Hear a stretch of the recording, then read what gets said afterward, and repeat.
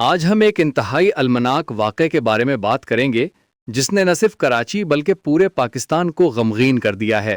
17 جنوری 2026 کی رات کراچی کے مشہور شاپنگ مال گل پلازا میں اچانک زبردست آگ بھڑک اٹھی۔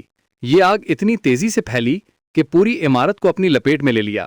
محمد علی جناح روڈ پر واقع یہ کثیر منزلہ تجارتی مرکز رات 10:15 پر آگ کی زد میں آیا۔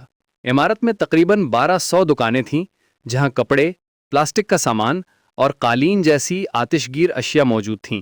یہی وجہ تھی کہ آگ اتنی تیزی سے پھیلی اور اس نے چند منٹوں میں ہی پوری عمارت کو اپنے قبضے میں لے لیا۔ سب سے دردناک بات یہ تھی کہ بہت سے لوگ عمارت کے اندر پھنس گئے کیونکہ زیادہ تر ایمرجنسی ایگزٹس یا تو بند تھے یا ناقص حالت میں تھے۔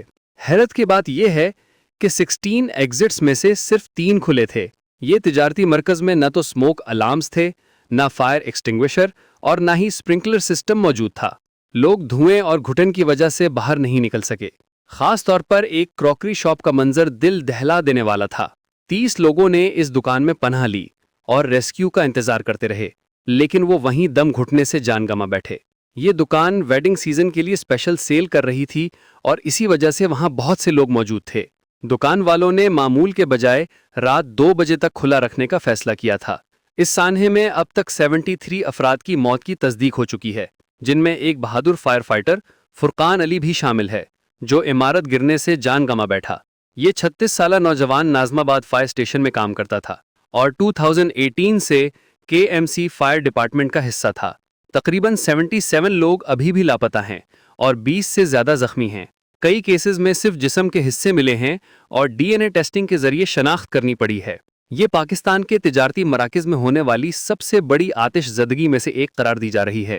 فائر فائٹرز نے 36 گھنٹے تک مسلسل آگ سے لڑائی لڑی۔ پاکستان نیوی، ریسکیو 1122 اور کراچی میٹروپولیٹن کارپوریشن کی ٹیمز نے مل کر اس آگ پر قابو پایا، لیکن نقصان بہت زیادہ ہو چکا تھا۔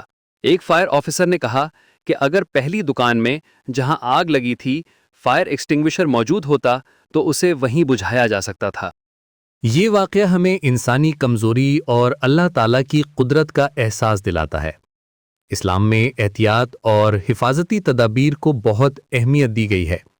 نبی کریم صلی اللہ علیہ وسلم نے فرمایا ہے کہ جو شخص اپنے گھر یا حالات کو محفوظ نہ بنائے وہ اللہ کی رحمت سے محروم ہو سکتا ہے۔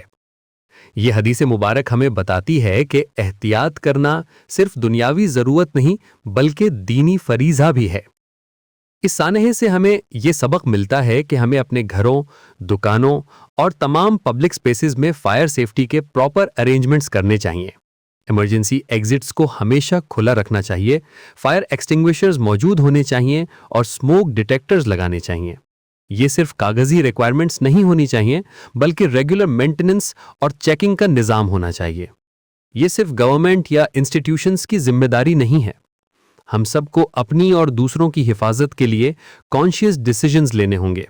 بلڈنگ اونرز کو سیفٹی کوڈز کا خیال رکھنا چاہیے اور ہم سب کو ایسی جگہوں پر جانے سے پہلے ایمرجنسی ایگزٹس کا جائزہ لینا چاہیے۔ ہر تجارتی مرکز میں سیفٹی ڈرلز ہونے چاہیے تاکہ لوگوں کو معلوم ہو کہ ایمرجنسی کی صورت میں کیا کرنا ہے۔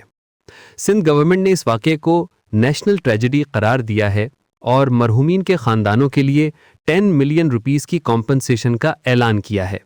ایک انکوائری کمیٹی بھی بنائی گئی ہے تاکہ اس حادثے کی وجوہات اور روک تھام کے لیے اقدامات کیے جا سکیں۔ ایک ایسا پلیٹ فارم تلاش کر رہے ہیں جو آپ کو ریلائبل انفارمیشن فراہم کرے، جو آپ کی انٹلیکچوئل گروتھ میں کنٹریبیوٹ کرے اور جو آپ کو کرنٹ ایشوز کی بیٹر انڈرسٹینڈنگ دے، تو سنی یوتھ کونسل کو سبسکرائب کریں اور ہمارے ساتھ اس نالج جرنی میں شامل ہوں۔